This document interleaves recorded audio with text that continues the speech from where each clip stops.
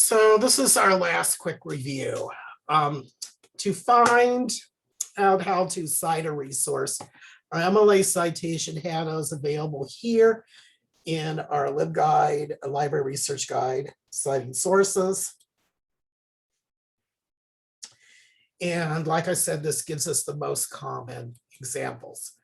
If you want to use Noodle tools, and when I showed this earlier, I had some problems getting in. I have since resolved this issue. What you do next once you get in here is you click on New Project, give it a project title, Ashanti, our research project #1. Actually, no, #1. No, it's my one project. Citation style. Okay, we're going to say it's MLA 8th and make sure it's advanced. Click Submit.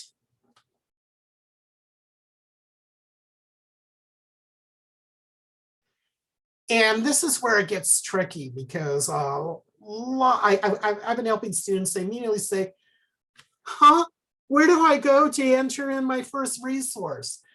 Well, you're currently in what's called by default dashboard mode. You need to click where it says sources because there are other features in here. Let me back up for a second. For example, note cards, create note cards, paper to go to your Google Doc paper, so on and so forth. We're going to now go to sources.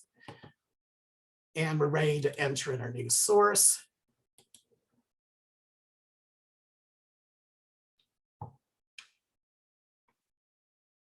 Well, that's loading. Let's go to, we're going to use this article as an example.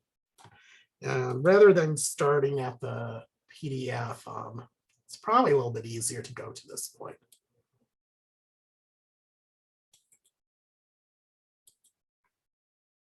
So you notice here I'm copying, so I can copy and paste it once I'm ready. New source.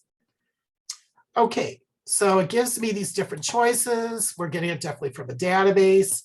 We're definitely getting an article from a database, but we need to state whether it's a journal or a magazine.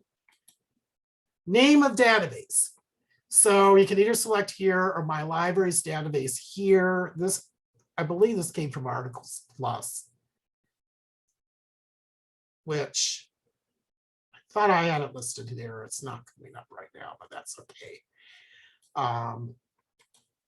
You can actually just say EBSCO if we want, which is fine. It usually tells us in our results. Oh, race relations abstracts.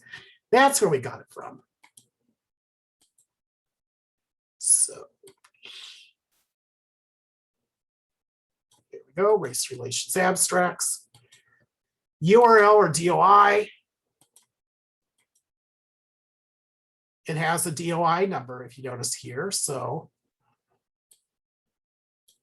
of course it won't let me copy and paste, but it probably will let me copy and paste here. So this is what they need, not the, you don't need to include the https doi.org. It would actually remove that. So there's our DOI number. Oh, well, there we go. Most recent date of access, that would be today. Today is April 12th, 2021.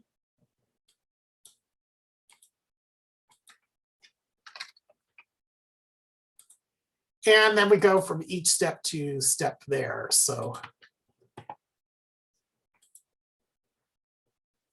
Jessica A. Krug.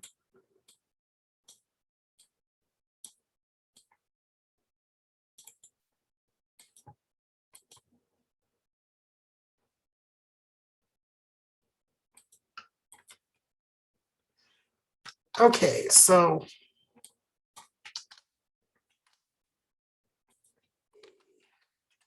Krug. Oh, yeah, we haven't put in our article title yet. We had copied it earlier because that was the first thing I was ready to go. There we go. Copy, paste.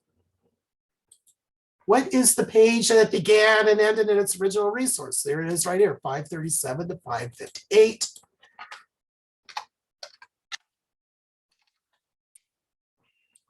What is the name of the journal? So actually we see it right here, slavery and abolition, although I go back to it might be easier to grab it from here. Yeah, slavery and abolition. What is the volume number? 35, issue 4.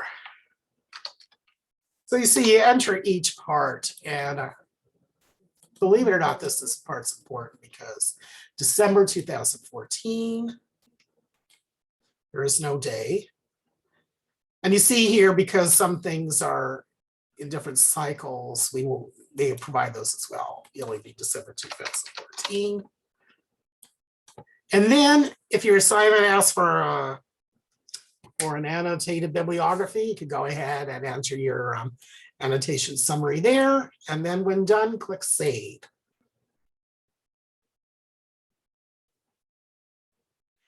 And unlike some of those databases that get certain things wrong or off, this one is going to be pretty much correct here. So there is, we have added our citation, and then we wanted to export this to Word. Boom, there's our works cited already centered, followed by our first listed result, spaced and double spaced as it's supposed to be. So that's the advantage of using Noodle tools and doing works cited.